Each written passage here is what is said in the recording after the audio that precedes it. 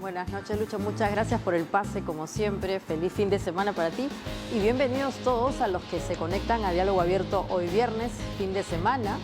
Como siempre, desearles buenas noches. Y que hoy nos acompañen al programa de hoy. Tenemos cosas interesantes. Como ustedes saben, el COVID-19 es un virus que se quedó para quedarse. Lamentablemente, como hemos explicado, está vivo y evoluciona. Y el Ministerio de Salud ha indicado que ya se ha encontrado 2 casos en el Perú de la última versión de este virus, conocida como EG5, o sea, el ERIS, así se llama más conocidamente, o digamos más popularmente. Vamos a hablar con el viceministro de Salud para entender qué implica eso y obviamente cuáles son las medidas vinculadas a la vacunación que hay que considerar a partir de ahora.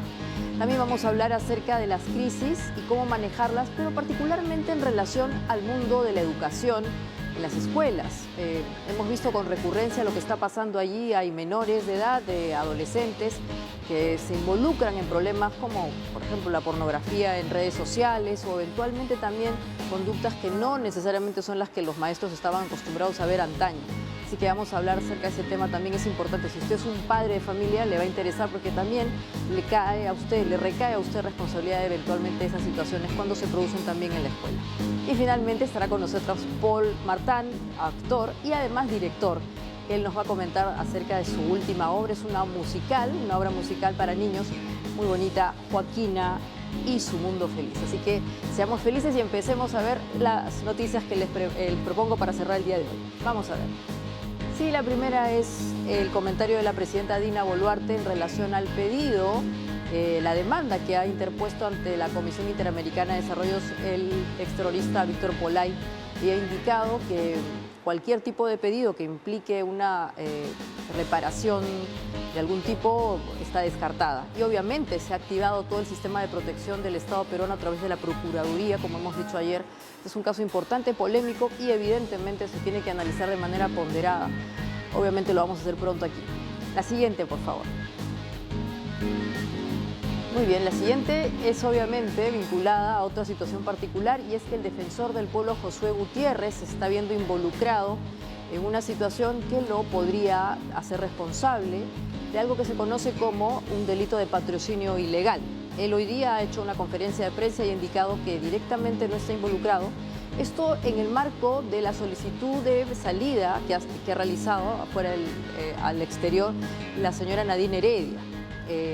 La Defensoría del Pueblo solicitó al Poder Judicial que se respeten algunos derechos vinculados a este tema, y ahí es donde justamente aparece el involucramiento del Defensor del Pueblo. Él ha dicho que él no tiene nada que hacer en ese tema y que son las adjuntías especiales las que se han dedicado justamente a realizar esta solicitud. Hasta dónde llega su responsabilidad es un tema que obviamente hay que analizar y obviamente lo haremos prontamente aquí. La siguiente, por favor. Bien, bueno, después de muchísimo debate, finalmente ya está en funcionamiento la refinería de Talara. Hay mucho debate, obviamente, acerca de la situación económica y financiera de Petroperú, pero esto ya está funcionando. Se supone que le va a dar algún tipo de ingreso, vamos a ver cuánto, así que estaremos atentos. Y la última tiene que ver con una noticia muy mala para todos los peruanos, particularmente para la gente del norte, donde ahí hay muchísima demanda, hay cevicherías, en fin, estoy hablando del precio elevado que tiene ahora el limón, sobre los 20 soles, 15 soles, y eso ha llevado a que se busquen sustitutos como el ácido cítrico. Lamentablemente, consumir mucho de este ácido no es bueno para la salud y el Instituto Nacional de Salud ya lo ha advertido, así que mejor nos esperamos un poquito y hacemos una variación en el menú. Y bienvenidos con esta noticia.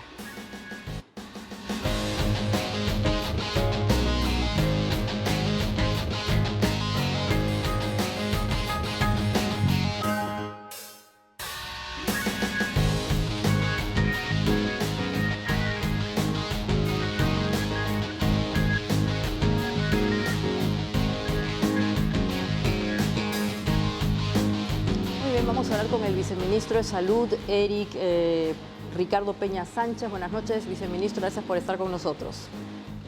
Buenas noches, gracias Maite por la invitación. Bueno, como estábamos diciendo en la introducción, ya existen 2 casos vinculados a esta variante del COVID-19, y quisiéramos entender un poco más qué cosas en particular tiene esta variante que tendríamos que considerar, obviamente, para protegernos. Sí, el tema con esta nueva variante o sublinaje del virus del COVID-19 tiene la particularidad de que tiene una capacidad de propagación o de contagio bastante alta.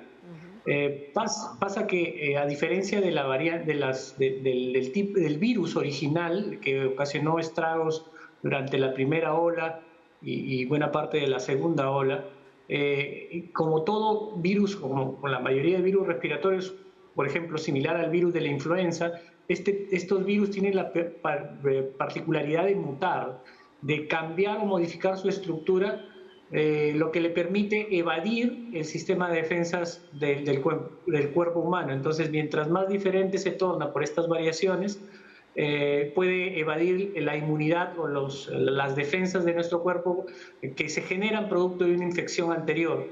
Entonces es necesario protegerse, sobre todo las personas vulnerables, porque esta variante, si bien no tiene una elevada, no está demostrado, está descrito en los casos que se han presentado en el mundo, no incrementa el riesgo de formas severas y muertes, sí tienen una gran capacidad de propagación. Por lo tanto, las personas, la población general no tiene mucho riesgo, pero sí la población vulnerable.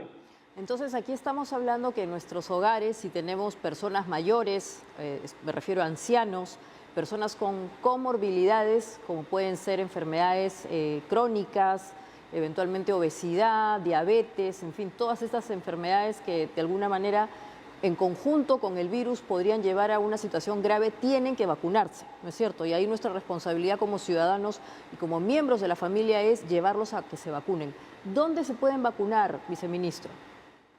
Efectivamente, la población mayor de 60 años y la que padece enfermedades concomitantes es precisamente lo que estaba mencionando, y bien lo precisabas, la población vulnerable. La vacunación está al alcance de la población. Solo en Lima metropolitana tenemos 355 establecimientos de salud o IPRES que están vacunando. Además, existen 52 puestos de vacunación o lugares de centros de vacunación fuera de los establecimientos de salud. Se pueden encontrar en las redes sociales de las DIRIS de Lima, la DIRIS Lima Centro, Norte, Sur y Este, en donde se establece la ubicación de estos centros de vacunación donde la población puede acudir. Además, en la línea 113, en la opción 3, uno puede también hacer la consulta y le pueden brindar la información. En las regiones, las direcciones regionales de salud, las gerencias regionales de salud en todo el territorio nacional también están disponiendo información en sus redes sociales en donde se le alcanza a la población y se les orienta a dónde pueden acudir para poder vacunarse. Y eventualmente esta variante va a suponer activar algunos lugares de vacunación que, digamos, como justamente usted mencionaba, la primera y la segunda ola fueron superadas. Apareció una situación de calma, pero esta variante va a justificar abrir nuevos lugares de vacunación, o con los que usted ha mencionado estaríamos controlando la situación. Sí, lo que se está disponiendo no solamente es la apertura de estos lugares de vacunación, incluso estamos coordinando con las DIRIS de Lima y con las regiones, buscar horarios diferenciados, de repente, ampliar los horarios para que la población pueda acudir en el momento que dispongan para poder vacunarse, además de algunas otras estrategias que el señor ministro de Salud, el doctor César Vázquez, hoy día en la conferencia de prensa también manifestó. Tenemos un subgrupo de las poblaciones vulnerables que por las condiciones en las que se encuentran son muy difíciles de trasladar hacia los centros de vacunación. Entonces, para ese tipo de eventualidades se está disponiendo la conformación de brigadas para poder acudir a los domicilios y hacer la inmunización con esta vacuna bivalente. Además de eso, tenemos otras estrategias como lugares donde existe alto flujo de personas, en donde se puede aprovechar la afluencia de la población para poder alcanzarle a la población objetivo las vacunas. Entonces, estamos hablando de una serie de estrategias que van a complementar, si no aumentar los lugares donde se está vacunando, se puede incrementar la probabilidad de que las personas puedan acceder a este beneficio. Viceministro, recuérdenos un poco las vacunas que están disponibles en este momento, porque Para los que nos están viendo, tal vez ellos piensan que ya se han vacunado, pero a ver, ¿cuáles son los tipos de vacunas disponibles hoy día y cuáles son los efectos que tienen respecto de esta nueva variante? Muy buena pregunta. Precisamente tenemos dos tipos de vacuna. La vacuna monovalente, estas vacunas monovalentes generalmente fueron diseñadas para las primeras formas del virus durante la primera y segunda ola. La vacuna bivalente incluye descendientes de la variante Omicron, que son las subvariantes que están circulando en el mundo y cuya capacidad de propagación les ha permitido predominar entre las diferentes subvariantes que existen en circulación. Debemos recordar que el virus del COVID-19 ya se ha convertido en un virus respiratorio estacional, entonces va a tener periodos endémicos donde la circulación va a ser muy baja y en periodos que van a incrementarse los casos. El tema es con la emergencia de estas subvariantes que son completamente, bueno, tienen una mayor proporción de variabilidad, lo que le confiere esta capacidad de propagación. La Organización Mundial de la Salud ha tipificado a la variante eje 5 como una variable de interés, por lo tanto, es por eso que se están tomando estas previsiones y utilizando, como bien mencionados en la pregunta, la vacuna bivalente, porque la vacuna bivalente tiene una mayor capacidad de protección contra estas variantes nuevas. La vacuna monovalente, si bien protege para estos nuevos casos, estos nuevas variantes o sublinajes, no le conferiría la protección que sí nos permite obtener la vacuna bivalente. La Organización Mundial de la Salud ha sido muy precisa en decir que los países que no dispongan de la vacuna bivalente pueden utilizar la vacuna monovalente para proteger a su población, pero en caso de disponer una vacuna que obviamente confiere una mayor protección, es esta la que se debe utilizar. En el caso de las dos personas que han justamente presentado esta variación, me parece que ellos estaban vacunados con la monovalente. Sí. Precisamente tienen dos del esquema regular, o el esquema primario, perdón, en la primera y la segunda dosis, y un solo refuerzo. Pero debemos entender que estas personas son menores de 60 años, son población que probablemente que no tienen comorbilidades o enfermedades que disminuya su sistema de defensas o su sistema inmunológico. Entonces, si estamos hablando de población vulnerable, personas mayores de 60 años, personas con enfermedades crónicas en los que la condición subyacente de enfermedad hace que nuestro sistema de defensas no responda de manera adecuada, la edad también es una situación similar, a los adultos mayores, precisamente es a esta población que debe protegerse. Debemos hacer una precisión importante. Las muertes que están ocurriendo, que siguen ocurriendo en las últimas semanas, incluso desde que se declaró el término de la pandemia por la Organización Mundial de la Salud, son personas adultos mayores vulnerables o con enfermedades crónicas no vacunadas, la gran mayoría de los casos. Entonces, eso nos da una clara muestra sobre la necesidad de utilizar estas vacunas que son eficaces, seguras y gratuitas. Entonces el llamado, viceministro, en este caso es en las casas, en los hogares, a ayudar a vacunar a las personas mayores que tengamos.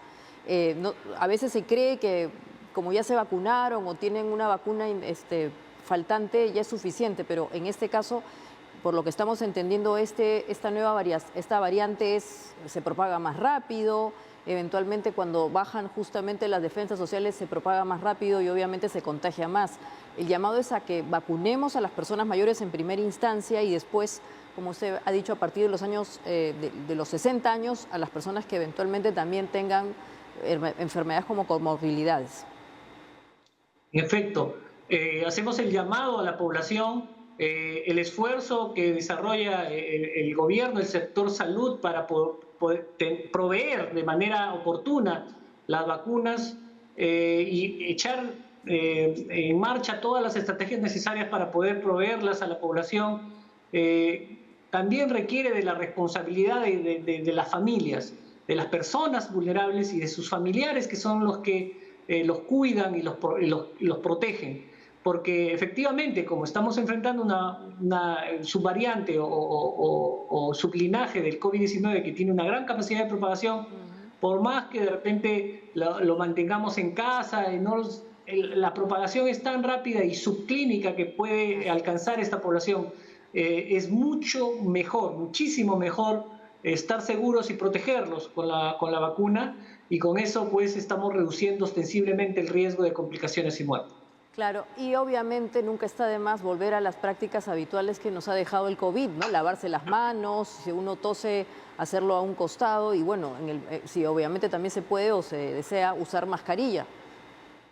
Efectivamente, eso es algo que la pandemia nos enseñó, por decirlo de alguna manera, a golpes, y que debiera de constituirse como un hábito o comportamiento saludable que ya debemos incorporar como parte de nuestras vidas. Los virus respiratorios, la emergencia de patógenos con capacidad de propagarse en epidemias o pandemias, se ha demostrado que se vienen presentando cada vez con mayor frecuencia.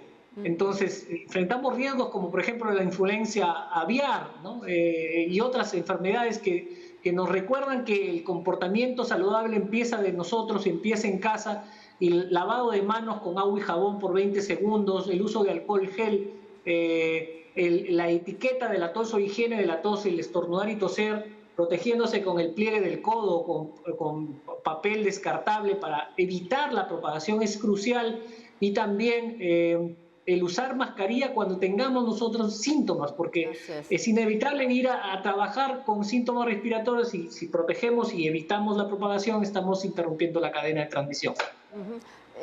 Viceministro, igual como es un tema potestativo, o sea, las personas pueden usar la mascarilla si les parece o no, pero en lugares como los hospitales, ahí se había levantado el uso de la mascarilla. ¿Volverá esta restricción? ¿Qué otro tipo de medidas especiales se van a dar en los centros de salud? Es recomendable de que las personas que lleguen con cuadros clínicos, con manifestaciones respiratorias, se coloquen la mascarilla, porque definitivamente van a constituir una medida que reduzca el riesgo de las personas que lo rodean.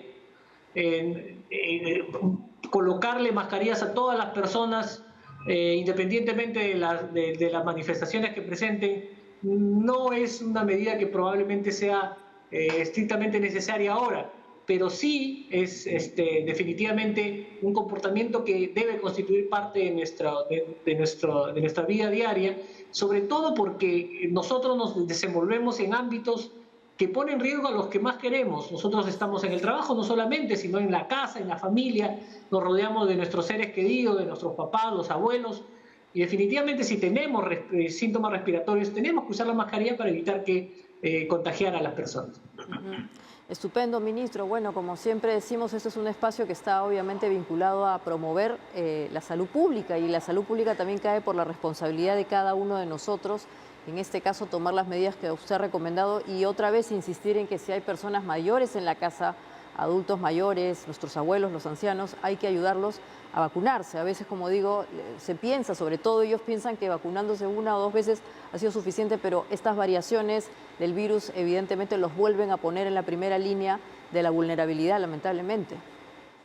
En efecto, y es precisamente hacia donde estamos apuntando todos nuestros esfuerzos para proteger a la población que realmente lo necesita. De verdad, yo agradezco mucho los espacios que el periodismo nos ofrece, porque definitivamente constituyen el mecanismo a través del cual se entregan estos mensajes valiosísimos para la población, y estamos infinitamente agradecidos a ustedes. Muchas gracias, viceministro, y ojalá lo podamos tener uno de estos días aquí en presencial. Con todo gusto. Buenas noches. Buenas noches. Muy bien, y después del corte vamos a volver para hablar también, como habíamos mencionado, de manejo de crisis, pero en las escuelas. Si usted es un padre de familia, también es importante que entienda cómo se logra tranquilizar a los hijos, pero también a uno mismo cuando tiene hijos en escuelas, y obviamente ahí se están dando situaciones muy particulares que a veces, como decía, nos están sorprendiendo cada vez más. Antes no existían y ahora se están dando mucho: la tecnología, la violencia, en fin. Ante eso hay que saber cómo manejarlo. Y volveremos con un experto al respecto. Ya volvemos de Diálogo Abierto.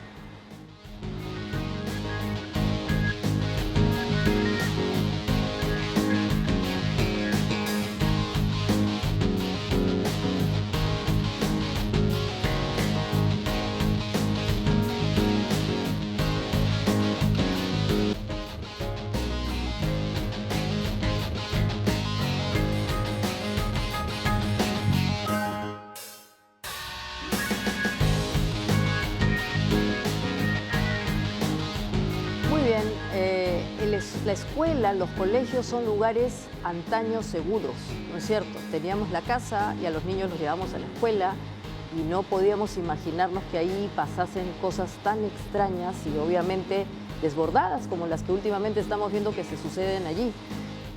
Vamos a ver las cosas como son: violaciones, ciberbullying, acoso y por último ya hasta el mercado de la pornografía que se denomina deepfake, que es esta pornografía especial que consiste en utilizar aplicaciones con el rostro y con el cuerpo de otras personas para venderlas profesamente con ese tipo de edición. Y hay que decir las cosas obviamente abiertamente. Cuando uno entra, por ejemplo, a ese tipo de cuestiones, deepfake, necesita tarjetas de crédito para poder pagar y obviamente que le paguen. ¿Qué está pasando en las escuelas? Que nuestros hijos tienen acceso a ese tipo de tecnología o ese tipo de conductas. Las escuelas están preparadas para justamente poder enfrentar estas urgencias y por eso es que justamente hemos convocado a un experto en gestión de crisis. Él es el señor José Salazar. Buenas noches, José. Como en verdad, hoy día uno ve estas noticias y además de quedarse sorprendido, se pregunta si en la escuela existen los profesionales y los protocolos adecuados para poder enfrentar de manera solvente el desafío, porque adicionalmente no podemos olvidarnos que son niños menores de edad. A veces cumplimos las normas judiciales o legales, pero nos olvidamos que son niños, son personas vulnerables. ¿Qué debemos hacer? ¿Cómo se presentan estas situaciones en las escuelas y qué hay hoy día para poder manejarlas adecuadamente? Sí, mira, lo primero que hay que pensar es en el contexto nuevo en el que están viviendo las escuelas. Ese fenómeno es muy grave. Jaime Savera, que acaba de sacar un libro, Estamos tarde, ahí menciona cómo la pandemia lo que nos ha dejado es una situación muy crítica para todos los estudiantes y una crisis educativa que no se había visto en los últimos 100 años. Imagínate, 100 años. Y ahí que está, los problemas que tú estás mencionando, temas de discriminación, además de acoso sexual, acoso psicológico, acoso físico, el bullying, que siempre ha sido un problema. Y te digo un caso incluso en un colegio privado donde no se sabe cómo gestionar el uso del vape. El vape es este el cigarro dispositivo electrónico, que para también fumar. es otro fenómeno que está quejando a todos los colegios, ¿no? Y no están los colegios preparados para enfrentar ese tipo de situaciones. Entonces, frente a tu pregunta, yo creo que lamentablemente los colegios están teniendo nuevos temas que no los tenían hace mucho tiempo y que definitivamente no están preparados para enfrentarlos, ¿no? Primero porque no hay protocolos de gestión de crisis, y ni siquiera protocolos, sino prevención. Tema de prevención, cuando uno gestiona una crisis, lo primero que tiene que hacer es mapear cuáles son los riesgos, ¿no?, frente a una institución cualquiera. Entonces, los colegios, que han hecho usualmente mapear sus riesgos de infraestructura, ¿no? Es decir, que los techos estén bien, que las paredes, hasta los baños, ¿no? Pero estos son temas sociales, ¿no?, que están aquejando enormemente a los chicos y que lamentablemente ni los directores, ni los profesores y menos la parte administrativa se han dado el trabajo de mapear cuáles son estos riesgos sociales, ¿no?, que están afectando a los chicos, ¿no? Señor Salazar, obviamente en las escuelas siempre ha existido los maestros, eventualmente también hay un apoyo vinculado a las artes, al deporte. Había la presencia de personal vinculado a temas psicológicos. Hoy día tiene que sofisticarse más el grupo de personas que están de alguna manera a cargo de los niños y los adolescentes en las escuelas, porque claro, uno ve estos problemas y dice, tal vez no se cuenta con el personal adecuado y tampoco están obviamente capacitados quienes hoy día están para saber enfrentarlo, ¿no? En el caso de la escuela pública, el desborde es mayor. A veces hemos visto a las mismas maestras no saber manejar bien la situación y obviamente agravarla, entre otras cosas por temor a su propia responsabilidad, ¿no? Vamos a decir las cosas. Por tratar de ellos cubrirse, termina justamente no protegiendo a los niños. Sí. Para empezar, existe una carencia de psicólogos, ¿no? Eso está demostrado ya en nuestro sistema educativo. Lamentablemente, en el sistema público, de escuelas públicas, no tenemos un psicólogo. Se calcula que un colegio debería tener al menos un psicólogo por aula. Eso, por aula, eso lamentablemente no se cumple. En los colegios privados, si bien es cierto, hay psicólogos, ¿no?, en una mayor cantidad, sin embargo, tampoco se dan abasto, incluso yo te diría, para tratar estos temas nuevos, ¿no? Eso es por un lado. pero por otro lado, también los colegios no están preparados para enfrentar estas crisis de las que estamos hablando. Cuando uno enfrenta una crisis, lo primero que se requiere es mucha transparencia, ¿no? Y la última crisis que hemos tenido con el St. George, lo que tú ves ahí es que el colegio no supo comunicar apropiadamente y rápidamente hacia los padres afectados, ¿no? El hecho ocurrió el día miércoles, se conoció el día jueves, se hizo la denuncia y recién, mira, el colegio sacó un comunicado el sábado, después de 4 días, ¿no? Frente a un tema tan crucial y que impacta sobre la vida normal de un colegio, tú no puedes esperar. No puedes esperar incluso teniendo a las redes sociales que tú bien conoces, donde estos temas rápidamente se disparan, ¿no? Sí. Y ni siquiera, si no controlas una situación de comunicación con los padres, menos capacidad vas a tener de gestionar una crisis digital, donde ya una vez que estás en el tema digital es mucho más complicado porque tú bien sabes que las emociones se manejan de una manera distinta, ¿no? Entonces lo primero es transparencia, ¿no? Y por supuesto, inmediatamente entrar en diálogo con los padres. Las protestas y las marchas que hubo durante los 2 o 3 días siguientes al hecho se dieron porque los padres no recibieron información adecuada de los propios directores. Y seguramente, como decía, aparece este temor de la responsabilidad, que es totalmente humano, pero eso también nos habla de que no están preparados justamente para enfrentar la situación.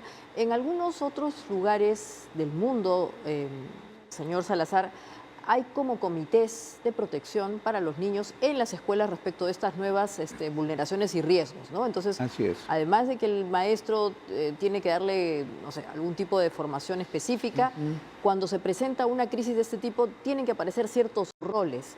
Así es. Deberíamos establecer ya de una vez estos comités de protección contra el ciberbullying, vamos a decir, contra el acoso, contra la pornografía digital, en fin, porque lamentablemente son los problemas que ahora se están dando en las escuelas increíblemente.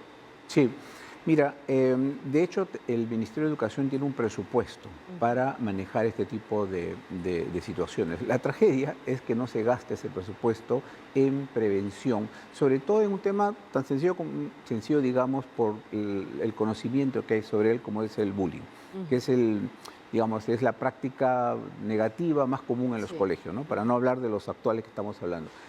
El Estado no gasta, ¿no?, en ejecutar programas de prevención solamente sobre el bullying.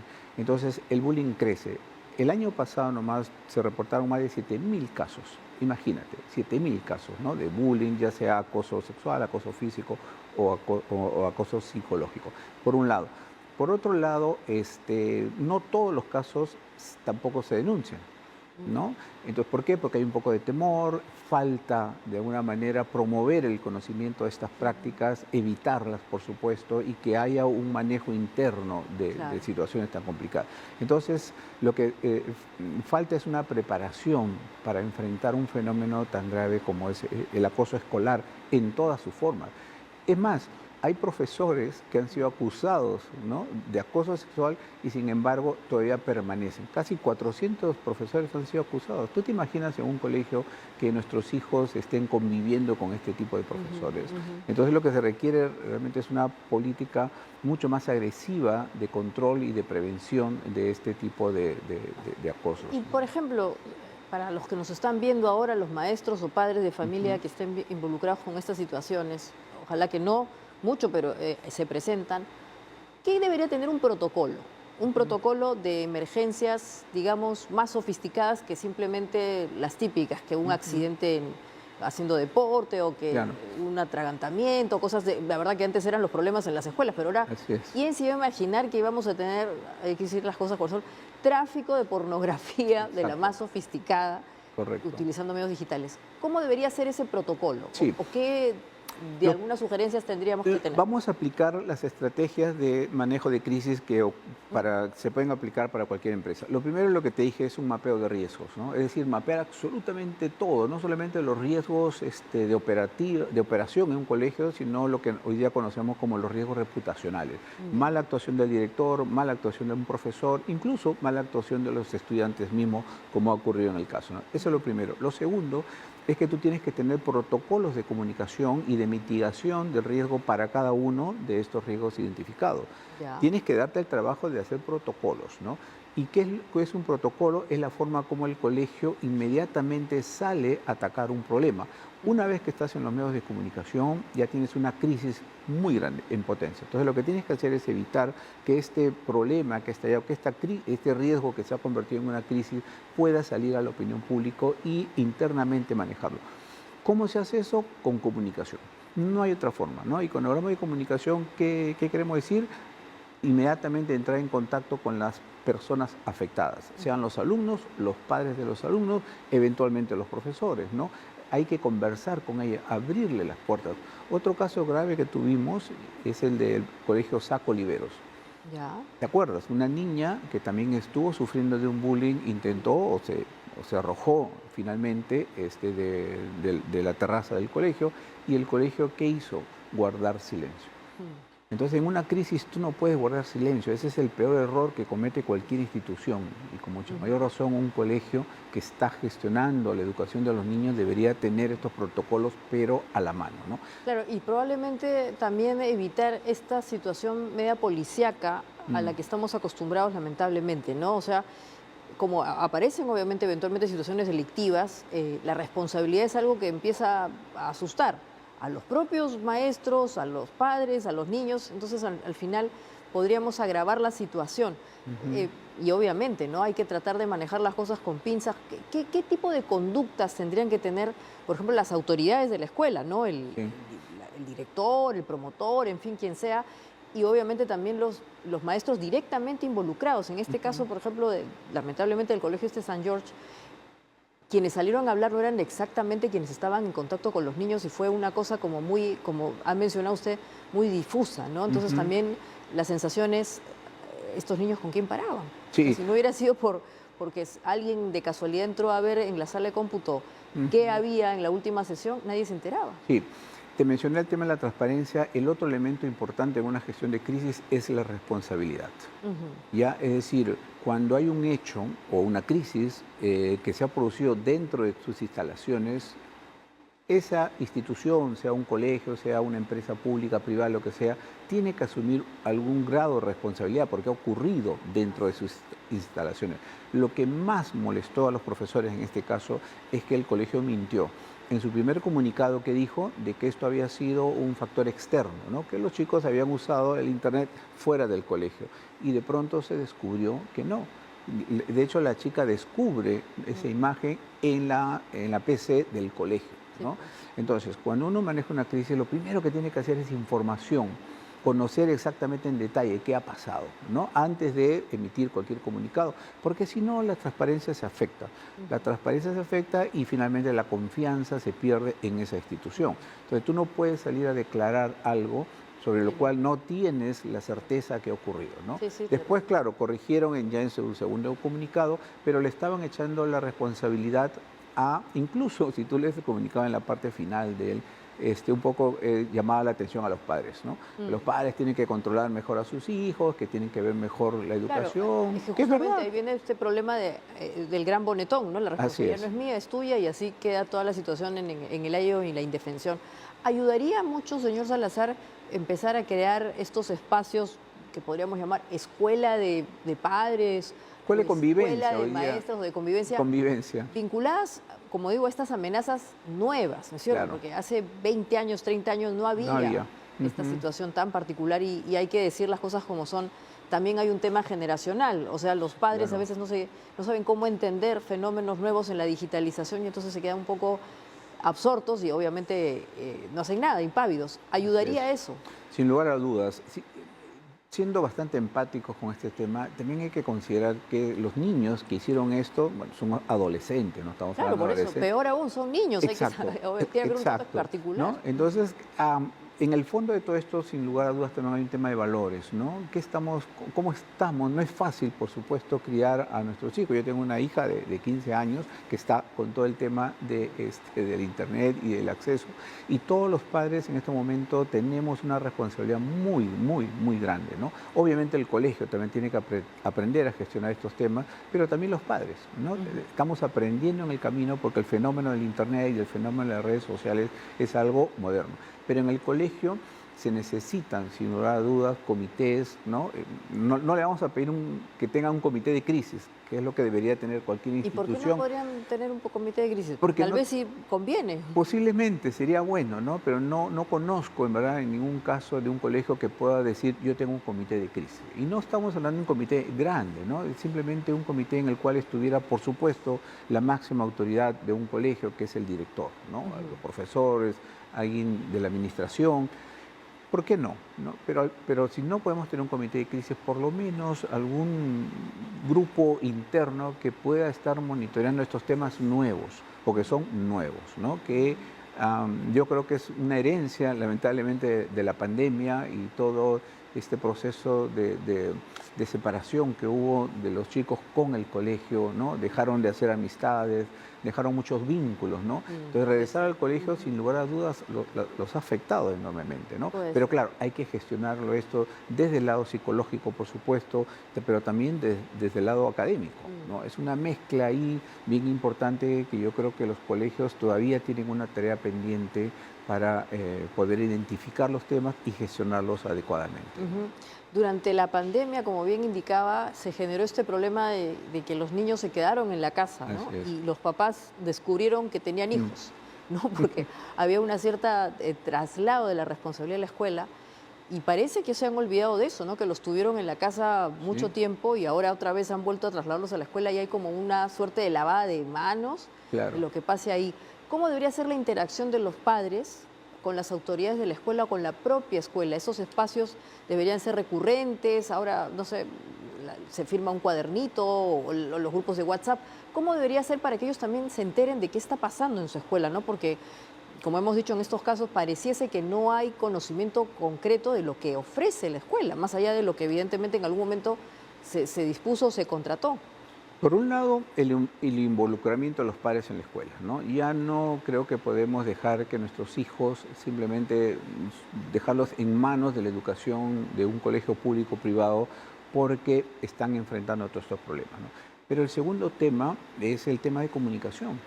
En verdad, si es que un padre, primero, no se interesa por la educación de su hijo o de su hija y acude constantemente para ver qué está pasando en el colegio, conversa con los chicos, porque es una forma de saber cómo está el colegio conversando con los hijos. Pero por otro lado, el colegio también tiene que tener esta capacidad de comunicarse proactivamente con los padres de familia. Lamentablemente, durante la pandemia, ¿cómo se comunicaba uno con el colegio? Nuevamente, a través de un Zoom, con horarios rígidos, uno no podía hacer preguntas, ¿no? Porque el sistema no lo permitía y tal. Entonces, claro, también se cortó esta comunicación que uno tenía con el colegio, donde podía ir eventualmente a un auditorio, escuchar, preguntar. Ese espacio yo creo que todavía no se ha recuperado. En muchos colegios todavía recién han comenzado a brindar esos espacios y creo que es la única manera en la cual los padres tenemos para, primero preguntar, ¿no? Pero también expresar un poco las preocupaciones que tienen nuestros hijos en las escuelas, ¿no? Estupendo. Le agradezco por este espacio, creo que ha sido muy útil, muy funcional, además porque para todas las personas que nos están viendo creo que les hemos dado muchas sugerencias. El mundo ha cambiado dramáticamente y también la escuela, ¿no? Hay muchas amenazas, incluso en el lugar donde supuestamente había más seguridad, y es tiempo de involucrarnos más justamente en la educación de los niños que tenemos a cargo y evidentemente también de los hijos, ¿no? Muchas gracias, señor Salazar. Y después de esta charla, obviamente, como digo, ha sido bastante enriquecedora. Estos son problemas que se van a seguir dando, lamentablemente, por cómo se ha complejizado el mundo y obviamente también la relación con la tecnología. Vamos a volver con un tema más interesante, más cultural, como siempre en las secciones que queremos compartir con ustedes los viernes. Vamos a hablar con Paul Martin. Él es un actor muy conocido, pero que además es director de teatro. Vamos a hablar de su última apuesta, que es musical, está dirigida para niños, justamente para niños. Se llama Joaquina y su mundo feliz. Vamos a ver eso después del bloque de comerciales, así que no se vayan, esto es Diálogo Abierto.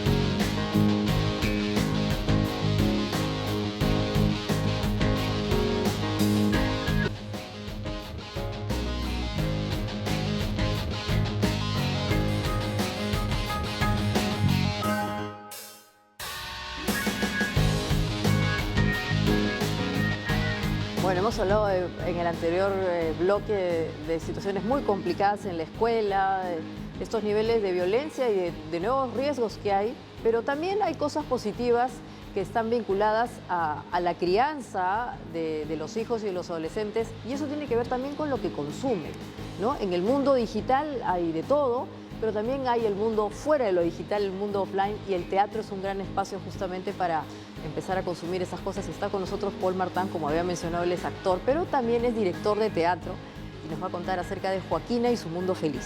¿Cómo estás? Bien, feliz de estar acá y feliz de poder contar un poquito de lo que estamos haciendo. Es una historia para chicos y para la familia, desde los 3, 4 años en adelante, que como te contaba, tiene 3 ejes principales. Uno es la inclusión, trabajamos con chicos con síndrome de Down. Uno de ellos estudia artes escénicas en la UPC, Rafael Ferrero, el otro Jaime Cruz, ha hecho giras con Hamlet en Europa, haciendo teatro, es un capo. Y otro de los puntos es el amor a los animales. Uno de los personajes principales es un perrito extraviado. Y el otro es el cuidado del planeta, ¿no? Entonces se habla mucho del cuidado del planeta, de lo que está pasando con nuestra selva, con nuestros deshielos, nuestros glaciares. Y se maneja todo un cambio en uno de los personajes frente a cómo empieza la obra, ¿no? Él empieza la obra rechazando un poco el cuidado del planeta, los animales, es el personaje malo de la historia. Ya. Y todo esto se cuenta con música. Una de las canciones que está sonando justo se llama... Está en Spotify, ¿no? Sí, están en Spotify, en YouTube. Esta canción se llama Mi Gran Amigo. Esta versión la canté yo con Rosana Fernández Maldonado. Y habla de nuestro amigo de 4 patas, justamente, que es como parte de nuestra familia, ¿no? Claro. Y estos elementos que son valorativos, ¿no? Porque está el tema de alguna manera la inclusión y también la tolerancia a la diferencia, el tema del medio ambiente, porque finalmente los animales están dentro del medio ambiente. Y bueno, lo que tú decías, tratar de buscar esta sostenibilidad, ¿es fácilmente recibido? O sea, son temas que hoy día ya se han vuelto más comunes entre los niños, entre los adolescentes, ¿no? Mira, yo siento que la gente lo recibe muy bien, y los chicos lo reciben muy bien, porque la música es un vehículo poderosísimo para decir cosas. Y la historia que estamos presentando en Joaquina y su mundo feliz es una historia súper lúdica, musical. Hay un personaje que se llama el cantor de los 1000 instrumentos, que toca como 9 instrumentos en escena. Hay música en vivo. Entonces los chicos se conectan muchísimo con este juego teatral que dice cosas importantes. Yo creo que esa es una estrategia que funciona para decir las cosas. Es mucho mejor dar un mensaje, si quieres llamarlo así, con entretenimiento, que solamente el mensaje puro, ¿no? Exacto. Y a veces también, bueno, este no es el caso porque es una historia feliz. Joaquina vive un mundo feliz, pero también hay historias que son duras y también hay que saber cómo matizarlas, ¿no? Sí, bueno, Joaquina de hecho no tiene papás, vive con su tía. O sea, es una niña, no sé, no sabemos qué es, pero vive con Sí, es una chica que vive con su tía, es independiente, protege a los animales, ¿no? Incluso cuando el villano de la historia trata de llevarse a Mozart, que es el nombre del perrito, ella lo defiende porque ella siente que tiene que protegerlo. Entonces hay toda una valoración también en términos de femeninos, porque el malo de la historia es un hombre mayor con mucha experiencia, ella es una chica muy joven, sin embargo, tiene los recursos necesarios. Exacto.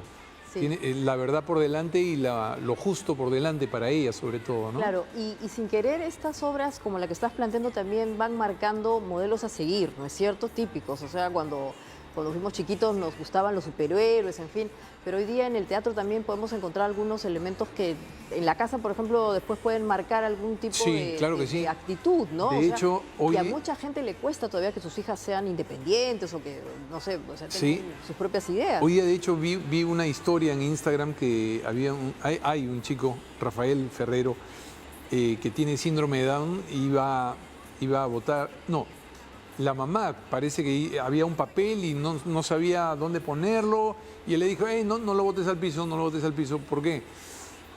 Guárdatelo en el bolsillo y lo botas en un basurero. ¿Y eso de dónde lo sacado? Es que en Joaquina y su mundo feliz hay una escena justamente que habla de eso, y él hizo la referencia, ¿no? Entonces creo que la mejor manera de enseñarle a los chicos es con el ejemplo. Entonces, eso se ve en escena, con personajes con quienes logran empatía, ¿no? ¿Y tú no tienes la sensación de que lamentablemente, hay que decir las cosas, el Perú tiene unos niveles de violencia muy altos? Sí, ¿no? O sea, claro que sí. Y eso también está llegando incluso a los chiquitos, a los niños, claro que sí. Y a veces ver este tipo de contenidos como el que estás ofreciendo no es muy naif. O sea, no lo ven como, ay, qué lindo, el mundo feliz, y porque ya se han acostumbrado a ver cosas muy violentas. Yo creo que todos tenemos... ¿Cómo se envuelve ese contenido que es positivo en lo lúdico, pero obviamente que termine siendo muy atractivo y no les parezca pues que es... No lo sé, o sea, no sé la cabeza de los niños, pero con tanta violencia que hay... Es que todos tenemos un mundo feliz y un mundo más duro, ¿no? Incluso los niños en sus casas, me imagino que cuando no quieres comer y el papá insiste, hay un poco de presión y es la parte más complicadita, y sin embargo también hay momentos lindos con la familia donde disfrutan juntos. Nosotros estamos dándole el lado lúdico, bonito y de goce para que se entretengan, para que vean cosas importantes con referencia al respeto a los demás. Claro. Una señora me dijo, mi hija, la niña me parece que tenía 6 años o 5, no había visto a un chico con síndrome de Down antes. Y me encantó que pueda verlo en escena porque así hablamos del tema y era un tema que de repente no lo iba a tocar conmigo en algún momento, sino con sus amigos. Entonces me parecía pertinente justo después de la obra conversar, ¿no? y hablarle un poquito de que son chicos, son excepcionales, son maravillosos. Lo que nos están enseñando ellos a nosotros compartiendo esta obra es un regalo, son chicos lindos, de verdad. Claro, por mostrar un tipo de diferencia, ¿no? Sí. Porque hay muchas otras. Ah, claro, claro que sí. Digamos que esta es una que ustedes han escogido de profesión. Sí, además todo esto fue saliendo en la obra a medida que se fue escribiendo, no fue nada premeditado. Yo quería escribir una obra de teatro para chicos, empecé a desarrollarla y Joaquina se llamaba el personaje, Joaquina y su mundo feliz, empezó a abrir camino hacia el cuidado de los animales, hacia el cuidado del planeta. Después apareció... Yo tengo varios amigos con síndrome de Down con quienes he trabajado y conozco muchos chicos a quienes les tengo mucho cariño. Pero en este caso son 2 actores con síndrome de Down, porque se requiere habilidades de interpretación. No cualquier, así como no cualquier persona, digamos, como nosotros podría estar sobre un escenario o conduciendo un programa, ¿no? Cada uno tiene su especialidad. Claro. Y estos 2 chicos son actores con síndrome de Down, son unos capos. Y ya que hablas de esas especialidades o, digamos, distintos, no sé, capacidades, más que capacidades, creo que actitudes, tú eres director y en base a tu experiencia como actor, ¿o cómo se compatibiliza esa situación? Bueno, yo he escrito y dirigido obras hace un buen tiempo. Básicamente, durante todos estos años he estado actuando, siempre he hecho música aparte. He compuesto las canciones de la obra y he escrito la historia y la estoy dirigiendo, ¿no? Es un poco la película completa que está en la cabeza. Sí. Y en la parte musical son composiciones que también van a estar disponibles siempre en Spotify porque hemos encontrado la canción del perrito, claro. del amigo. Sí, están en Spotify, están en YouTube también. Las composiciones son mías con arreglos de Julio Hernández y Carlos Marchán, que son 2 tremendos arreglistas. Estamos contentos porque las canciones conectan muy bien además con la gente. ¿Y es común ver actores que se vuelven directores o directores que se vuelven actor? ¿El salto es fácil o...? Yo creo que... Yo últimamente he visto a muchos actores que se animan a dirigir, supongo que en base a su experiencia, pero ¿es fácil dar ese salto? Yo creo que el gran porcentaje de directores, me arriesgo a decir un 95%, han pasado por la actuación, ¿no? Por lo menos han pasado por talleres de actuación. Pero, claro, el director lo que tiene es un poco la idea clara de lo que viene, cómo se plasmaría en concreto, ¿no? Para mí me es más fácil en este caso porque yo la he escrito. Claro. Entonces yo tenía la película más o menos ya diseñada. Y cuando, vamos a ver, para los que no saben mucho de teatro, cuando uno habla del director, ¿el director qué cosa es? Es como una suerte, o sea, su rol es como el director de orquesta que se conoce todos los instrumentos musicales y tiene que ir... A mí también me gusta la música, yo toco instrumentos y tiene que manejar el compás y el ritmo. O sea, ¿cómo es el rol de un director en una obra de teatro? Bueno, a ver, si el director tiene que ver con la misma concepción de la obra, escoge los actores, ¿no? Si el proyecto es suyo, escoge los actores, escoge la obra, plantea la escenografía, le da ideas al escenógrafo que las plasma, incluso puede también sugerir cosas de vestuario, los movimientos escénicos siempre con participación de los otros actores, pero él está un poco guiando el macro, ¿no? Pero finalmente ves un poco de todo, ¿eh? Ya. Yo he visto hasta la música incidental, la he hecho yo en un momento de un rapto. Uno de los productores musicales me dijo, a ver, dame alguna referencia. Me fui al piano y toqué un staccato y busqué una melodía más o menos que vaya sobre tensión, que me llame atención, y se lo trasladé y me dijo, oye, está buenísimo, funciona, perfecto. Entonces el director en una obra de teatro es casi como el autor de la obra, es muy personal la cuestión ahí. El director puede cambiar libreto también, en muchos casos el autor de la obra, quien la escribe, el dramaturgo, cuando se desprende de la obra y se la da a un director, se desconecta y el director puede hacer buenos cortes o puede reacomodar. Otras veces en comunión llegan a más o menos hablar para no transgredir la obra, porque finalmente lo que presentas tiene una firma de quien la escribió, ¿no? Y con los actores, ¿cómo es la cuestión? Ellos son, o sea, obviamente estamos hablando aquí digamos, desde afuera de lo que es el teatro propiamente. Ellos son tranquilos, pasivos, activos. ¿Cómo debe ser la relación de los actores con el director? O sea, ¿les hacen caso, no les hacen caso, contribuyen? Es una comunión, ¿no? Digamos, el director tiene, digamos, no es que sea dictatorial, no debería ser dictatorial, porque está justamente convocando actores que tienen creatividad, capacidad. En esta obra, por ejemplo, los actores han aportado un montón. En términos de sugerencia, yo siempre los escucho, trato de ser un poco maleable para las propuestas interesantes, acogerlas, y las otras decirle, por ahora no, pero de hecho han funcionado muchas de las propuestas que ellos han planteado. Claro, y para cerrar, ahora te vamos a ver más como director, como actor, como músico. ¿Qué otros caminos están viniendo? La música siempre me acompaña. Yo soy un músico de corazón. Yo siempre toco un poquito de piano, un poco de guitarra, un poco de armónica, percusión. Y la música me ha permitido componer estas canciones. En pandemia tuve otra composición que le hice a mi mamá, ya grande, mi mami. También, entonces la música siempre me acompaña. Yo soy actor, básicamente, que tiene algunas posibilidades de expresión por otro lado, ¿no? Pero básicamente lo mío es la actuación, pero puedo desenvolverme también como cantante. No cantante, porque yo no me considero cantante, pero de hecho he hecho muchos musicales donde he cantado también, ¿no? Mamma Mía, qué sé yo, Nací para quererte. Muy bien. Bueno, te quiero agradecer mucho por haber estado con nosotros, haber compartido este espacio tan interesante de nuevos contenidos, y te invito para que nos cuentes dónde podemos ver la obra. Muchas gracias a ti, gracias a toda la gente. Estamos en Joaquina y su Mundo Feliz, una obra para niños y para toda la familia, muy divertida, musical, con mucha música, entretenimiento y contenido. Hablamos del cuidado de los animales, del planeta, de la inclusión. Estamos en el Teatro de Lucía, sábados y domingos, 3 y 4 y 30 de la tarde. Las entradas ahí y en Join Us. Así es. Muchas gracias. Vamos a estar por ahí porque también es bonito ver la música. Sí. Música, verla y escucharla. Sí, claro. Bueno, muy bien. Y para cerrar el programa, como siempre, vamos a encontrar algo interesante, en este caso también lúdico. Esto es la tomatina. Estas son prácticas así masivas, interesantes, donde vemos que se bañan en tomate en España, Valencia.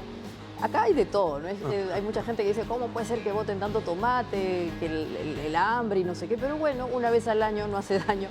Y la tomatina es turística, pero adicionalmente tiene un concepto de solidaridad, de compartir muy particular en esos pueblos de España. Así que lo dejamos con esa imagen y, como siempre, pedirles que compartan este contenido por sus redes sociales. Si les ha gustado, un like en YouTube. Nos vemos el lunes. Gracias.